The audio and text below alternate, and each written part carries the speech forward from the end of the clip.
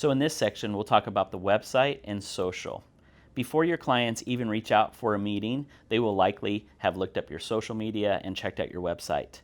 They're looking to see if you're a good photographer. So before they come in to meet, they know whether or not you're a good enough photographer. So on social media, in Instagram, when they click on your profile, there'll be a block of 9 photos.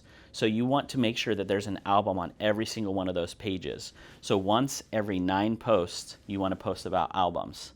We want to communicate this as early and often as possible so that they know you're a photographer that creates this experience that then delivers it in an album so that they can look through it as a tradition for years to come.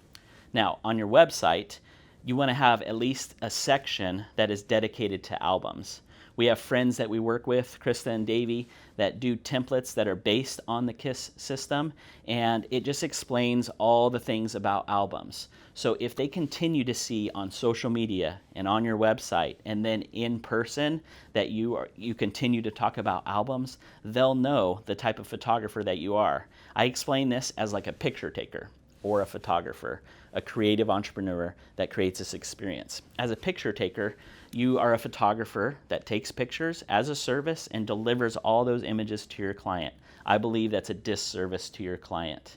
You want to show up in the experience, serve them well, be the professional in relationship that allows these images to end up in an album. So that is the entire experience that I'm going to walk you through. So with social media and the website, you're talking about it before they even come in the door. What's next we'll talk about is the consultation.